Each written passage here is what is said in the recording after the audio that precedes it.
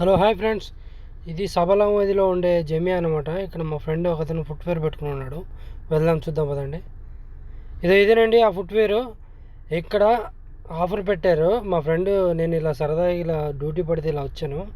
Offer పెడితే ఇక్కడ ఒకసారి యూట్యూబ్లో పెట్టమని అడిగాడు, పెడదామని వచ్చాను. బాయ్ హాయ్ హాయ్ బోలో బాయ్, హాయ్ బోలో एक बार, सब आदमी हाय बोलो, हमारा फ्रेंड्स का दोस्तों का सब आदमी हाय बोलो.